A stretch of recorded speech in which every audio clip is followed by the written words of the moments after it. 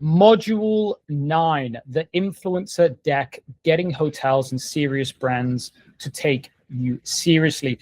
So when you're about to take the next step, in the previous module, we talked about just making a one page with your products that you can provide to the customers. But really, this is about your CV as an influencer.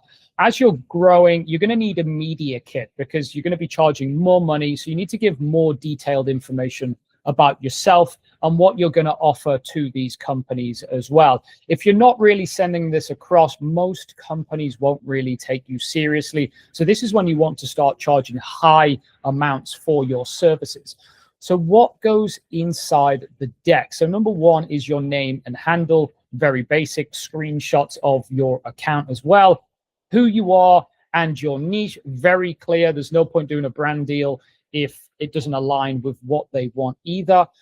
Your audience, location, age range, and interests as well. Rough figures are okay, but ideally you want to put in screenshots of your location, age range. It's just a lot easier for them to see it straight away. So go through your statistics and your insights and put that. Your best stats, okay? Only use your best stats that you've got from your posts. So the posts that have the best reach, engagement, examples of the specific posts, links, screenshots as well, because they're just going to skim through this. They're not going to spend loads and loads of time going through it. So this is why you need to make the information as easy as possible for them. Your best content, examples, screenshots, and reels as posts as explained. Mini case studies, what I did for this restaurant, what were the results. Case studies go a real long way. People will look at these all the time.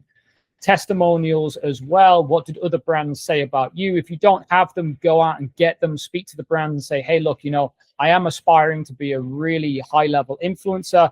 Could you do a quick video for me? I'm literally talking 30 seconds, or could you give me some text? Or I will either write the testimonial. Can you just sign off on the testimonial for you? That works really well. But by having these two, it's going to tell the brand that, okay, this person does have experience and this is what the possibilities are going to be if we work with them. Your deliverables summary, how long is it going to take you to do it? What are you going to be providing them, etc. And your package options. Now, as you're stepping up, your packages are going to be more sophisticated, and obviously you're going to be charging more money for them as well. As mentioned, you don't need 20 pages. If you're giving someone a 20-page document, they're probably going to skim and not read the information. It's the same as a CV that you do for a normal job. Sometimes I receive CVs that are 5 pages long. I'm busy. I'm not reading all of that. So keep it short, 5 to 10 pages, 10 pages maximum. But like if you've got loads of screenshots and case studies and stuff, so 5 pages of good information, then, the rest of it should be just giving social proof, proving why they should be working with you as well. Keep it clean, powerful information. Don't just try to fill gaps. Really go to town and give them the most impactful information. So an extra one I wanted to add in as well is actually the family deck. Now, I've been talking about a lot about influencers and things like that. You can be an influencer family. And this is one of the biggest ones that I see getting paid massively right now, because you have hotels, I'll stick to it, like travel and lifestyle, to bring in and do a shoot. They're costing around about $10,000 to $20,000 just to do a certain shoot. So if you've got a beautiful family and you want to go on holiday, building a family deck is slightly different. I know so many people who are literally going on 2 to 3 holidays a year, and they get paid to do this, and they get a free holiday as well. So if you are building like a family deck and you want to do something like this, you might be an influencer by yourself and doing whatever, but actually bringing the kids in and bringing the rest of the family, you can get paid really well for this. It's a huge industry that's been exploding recently. So include photos of your family, with your family at past days' experiences. This is massive. They want to know what it looks like and what you've done for other brands before. Example, family day content, messaging.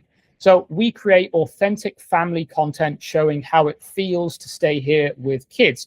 This might be a restaurant as well. A restaurant really might not get masses of families in, and they want to start targeting them families more. So you can start building your pack, giving it to these people, because a family obviously brings a lot more money in than just individual people. And this is why it does really, really well. And it might even be, you might even not have kids. It might be yourself and your parents or your grandparents. It could literally be anything, but just the fact of having that family content is very different than just having content from one influencer, okay? So bear this in mind when you're doing it. It might be something that you haven't thought about, but you could actually make a lot of money with it. And it doesn't have to be, your grandmother doesn't need to be an influencer. Just has to be natural. It looks natural, and then they can use that for their content, whatever they want to do, whether it be ads or website.